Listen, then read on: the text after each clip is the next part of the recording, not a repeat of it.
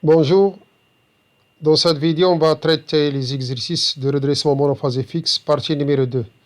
Parce que dans la partie 1, on a déjà vu ces différents montages, l'exercice 1 à 4. Maintenant, on va traiter l'exercice 5, 6 et 7. C'est une continuité de ce qu'on a déjà vu. On va utiliser ici théorème de Thevenin. Dans ce montage-là, on va utiliser le transformé de Fourier. Dans l'exercice 6, il y a résistance en série avec générateur de tension comme une charge. Dans cet exercice, on va s'intéresser à l'angle de conduction. On passe maintenant à l'énoncé de l'exercice numéro 5.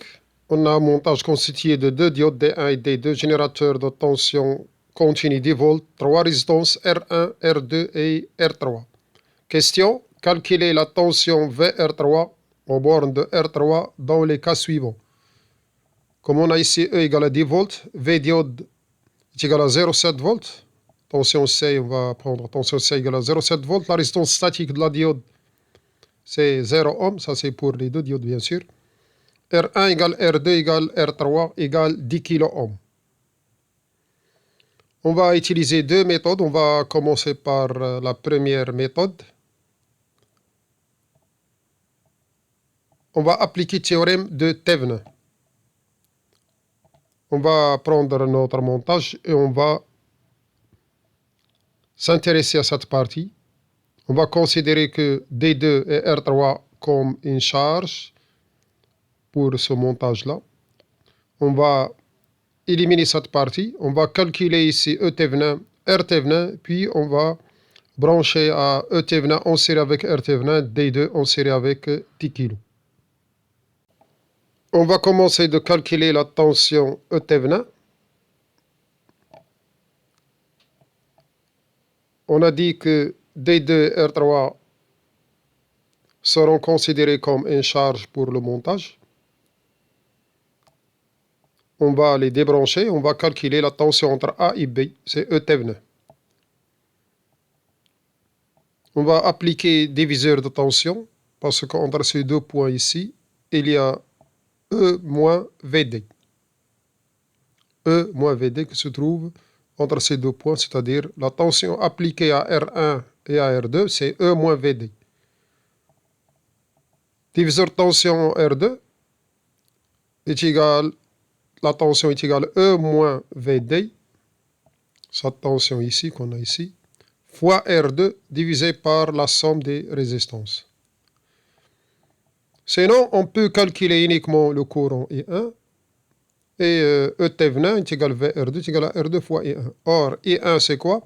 I1 ce n'est autre que E moins VD divisé par la somme des résistances. Et comme ça, on aura E Thevenin est égal à R2 multiplié par E moins VD divisé par R1 plus R2.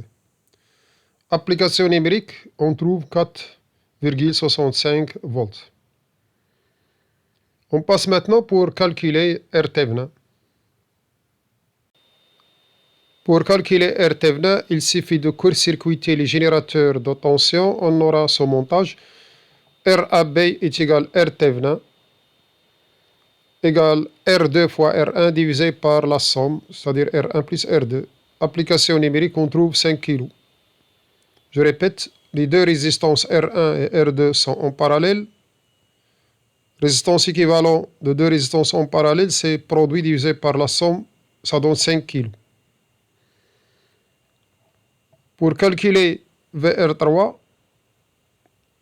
on a ici générateur de Thevenin, résistance de Thevenin. On branche la diode et R3 avec générateur de Thevenin, résistance de Thevenin. On va utiliser diviseur tension. On peut utiliser loi de May, calculer le courant, puis calculer la tension. Diviseur de tension, VR3, ce n'est autre que E moins la tension au bord de la diode, multiplié par R3 divisé par la somme R Thevenin plus R3. Comme on peut calculer le courant et puis on va multiplier par R3. Le courant, c'est quoi le courant? C'est le courant I est égal E Thevenin moins V diode divisé par la somme des résistances. C'est ça le courant. Et on doit le multiplier par R3 pour avoir la tension. Et on a trouvé ces 2,63 volts. Pour cette méthode, on va utiliser, la deuxième méthode, on va utiliser la loi de Kirchhoff. On a la loi de maille ici, puis deuxième maille, loi de nœud en A. On commence par loi de maille dans la maille numéro 1. E moins VD1 moins VR1 moins VR2 égale 0. Voilà. On sait bien que VR1 c'est notre que R1 et 1, VR2 c'est R2I2. On aura cette expression. On passe pour voir la maille numéro 2. On a VR2 moins VD2 moins VR3 égale à 0. VR3 c'est R3 et 3, VR2 c'est R2 et 2. On aura cette égalité. On sait bien que le courant E3, ici E3 est égal à I1 moins I2. Voilà. Finalement, on va utiliser cette expression tirée de la loi de maille numéro 1. Et notre expression tirée de la loi de maille numéro 2 et de la loi de nœud en A. Voilà. Parce qu'on a éliminé E3 et nous l'avons remplacé par I1 moins I2, d'après la loi de nœud ici. Par la suite, on va résoudre système, deux équations à deux inconnus. On a I1 et I2 ici. De même, on a ici I1 et I2 parce que les résistances sont identiques, sont connues. C'est très simple. Et par la suite, soit qu'on utilise la méthode mathématique, soit qu'on utilise calculatrice parce qu'on peut chercher les solutions avec calculatrice et on va trouver I2 égale 0,33 mA et I1 est égal 0,597 mA. Je vous rappelle que j'ai déjà publié une vidéo concernant la résolution du système et des équations polynomiales par calculatrice et même le calcul des nombres complexes avec calculatrice. Il suffit de chercher dans ma chaîne YouTube, il y a des vidéos concernant ce sujet-là. Bien, maintenant on passe à l'exercice numéro 6. On passe maintenant à l'exercice numéro 6. On a un transformateur à point milieu, deux diodes, c'est-à-dire redressement, double alternance en utilisant un transformateur à point milieu, mais la charge, ce n'est pas uniquement une résistance, c'est une résistance en série avec une source de tension continue EB.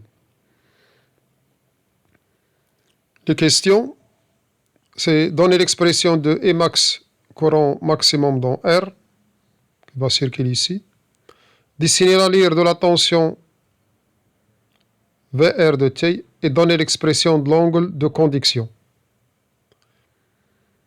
Et par la suite, donner l'expression de VR moyen. On va chercher la tension moyenne aux bornes de la charge R.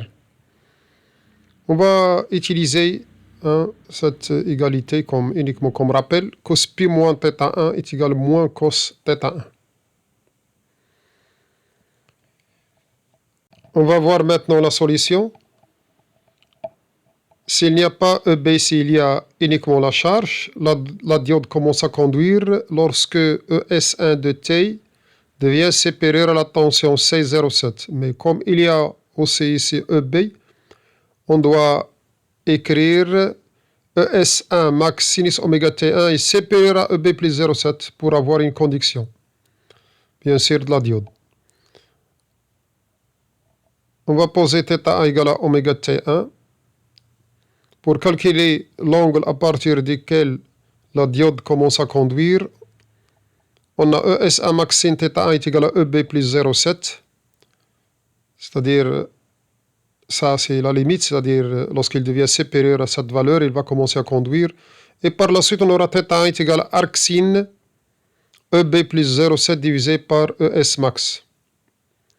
Pour calculer le courant, E max, c'est ES max moins la tension aux bornes de la diode moins la tension EB. c'est-à-dire ES max moins entre parenthèses EB plus V diode, c'est-à-dire 0,7 divisé par R.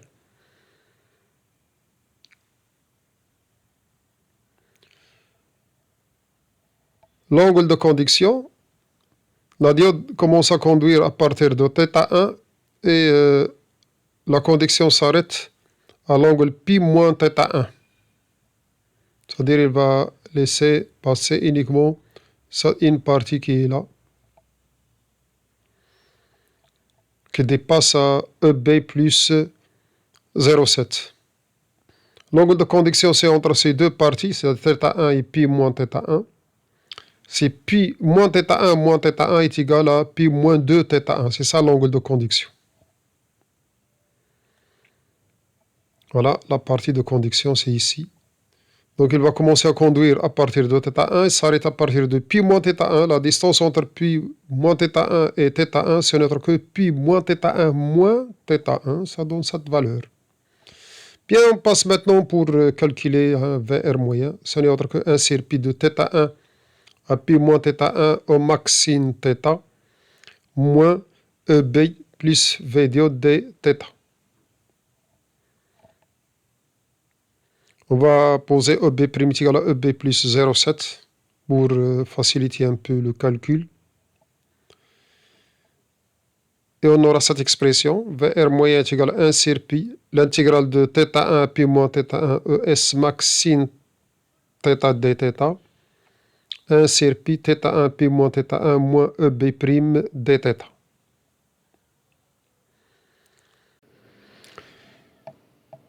On a écrit l'intégrale de ES max sin θ moins EB plus VD dθ, parce qu'au bord de la charge ici, il y a une tension qui est égale à cette tension secondaire de transfo moins la tension de la diode moins la tension EB.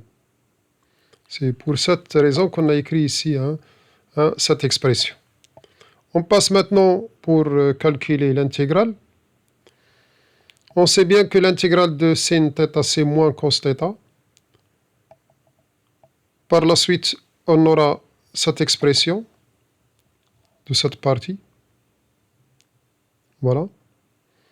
Et l'intégrale de dθ entre θ1 et pi moins θ1, ce n'est autre que pi moins θ1 moins θ1, c'est-à-dire pi moins 2 θ1. Et comme ça, on aura cette expression pour la deuxième partie qu'on a ici. Tout calcul fait, on va trouver, c'est 1 sur pi cos θ1 plus cos θ1, c'est-à-dire 2 cos θ1 divisé par pi, plus EB' alpha divisé par 180. Alpha est en degrés et on doit écrire ici, au lieu d'écrire pi, on doit écrire 180. Bien sûr, avec EB', c'est EB plus 0,7. Et alpha, c'est pi moins 2 θ1. Exercice numéro 7. On a les données ici. Transfo 2 fois 100 volts, fréquence 50. Charge R égale à 100 ohms. La bobine, c'est 318,30 millihenry. Lorsqu'on calcule L oméga pour une fréquence de 50, on va trouver 100 ohms. V diode est nul. Résistance dynamique aussi est nulle. Question. Calculer la valeur moyenne et la valeur efficace du courant débité dans la charge RL. Et par la suite, on doit dessiner les signaux. On va faire un rappel rapide sur décomposition en série de Fourier. C'est des cours mathématiques pour les gens qui font des classes prépa ou cycle ingénieur. Si on a une fonction f de t périodique, continue, on peut décomposer cette fonction en série de Fourier écrite sous la forme d'une composante continue plus une sommation des harmoniques. Voilà l'expression de A0, l'expression de Cn, l'expression pour tirer Φn, c'est l'arc tangente de Bn sur An avec An égale à 1, 2 sur t, l'intégrale de 0 à t, f de t cosinus n oméga t. Voilà l'expression de Bn. Je vous rappelle que oméga est égal à 2πf est égal à 2π sur t. T, c'est la période de f. Série de Fourier de fonction valeur absolue de sinus oméga t, il peut s'écrire sous cette forme-là. 2 sur pi plus une sommation de n à l'infini, c'est-à-dire pour n égale à 1, 2, etc., de 4 divisé par pi, entre parenthèses 1 moins 4n au carré, cosinus de n oméga t. Vz égale Vm, valeur absolue de sin oméga t, égale à cette expression. Voilà. Ça, c'est le transformé de Fourier de valeur absolue de sin pour n égale à 1, n égale à 2. Nous, on va s'intéresser uniquement au premier harmonique. Dans notre cas, notre charge RL sera alimentée par une tension continue en série avec une tension sinusoïdale. C'est comme s'il y a deux sources de tension, l'une continue, l'autre sinusoïdale. Le courant IZ, on doit diviser cette partie, la composante continue, par la résistance, parce que ne sera vécu par la résistance. Lorsqu'on applique une tension continue à un circuit RL, si la résistance interne de la bobine est nulle, donc c'est comme il n'existe pas, c'est comme il existe uniquement la résistance. Par contre, pour ce qui concerne la composante sinusoïdale, on doit utiliser ici le module de Z. Moins phi le déphasage. On passe maintenant pour faire les applications numériques. On a déjà les données de R et de la bobine dans l'énoncé. On trouve phi, c'est arc tangent 2L oméga sur R, parce qu'ici il y a 2 oméga. On n'a pas utilisé oméga, c'est d'après transformé de Fourier, on a s'intéressé au premier harmonique. Donc la composante continue, il y a sinusoïdale, il y a ici 2 oméga. C'est comme s'il y a un oméga prime est égal à 2 oméga. Voilà, arc tangent 2L oméga sur R. Le module de Z, de même, on doit utiliser ici 2L oméga au carré. On va trouver 63,4 comme déphasage. Le courant est en retard par rapport à la tension. Le module de Z, c'est 223,6. La valeur max, c'est 100 parce qu'on a négligé un V diode. 100 fois racine de 2 est égal à 141, 100 volts parce qu'on a 2 fois 100 dans transformateur à point milieu, donc 2 fois 100, voilà la valeur max. Et moyenne, c'est cette partie-là. Si on intègre l'intégrale entre 0 et t sur 2 de, de Vz de t, il va rester uniquement cette partie parce que l'intégrale de la deuxième partie sera nulle, il s'annule. Et le reste, et moyenne est égal à 90 volts.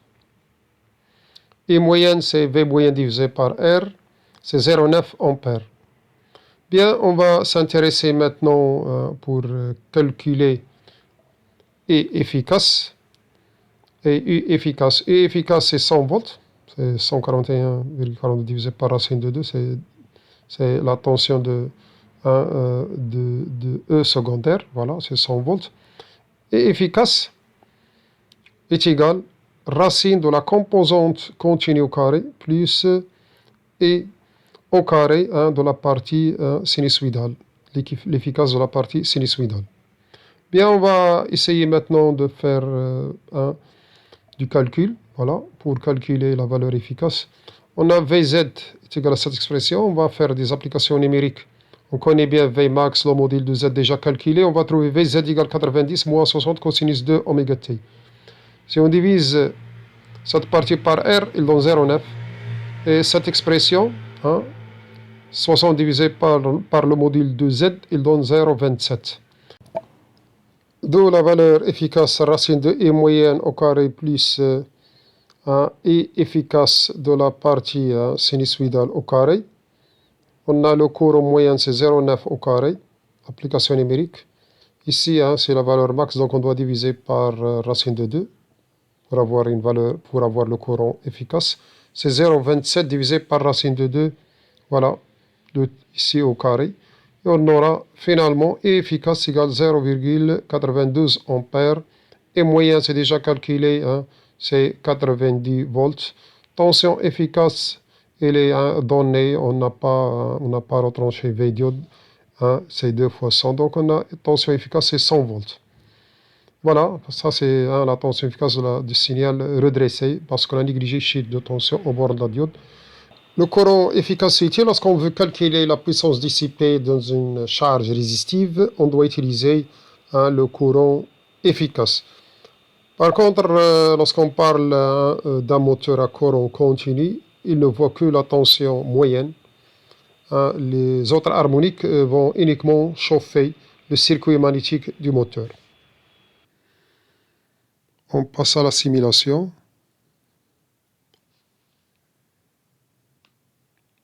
Voilà, on a les signaux. ES1 et ES2 sont en opposition de phase. Signal redressé, c'est en rouge. En jaune, c'est la tension aux bornes de la résistance. Vous voyez l'allure comme il est.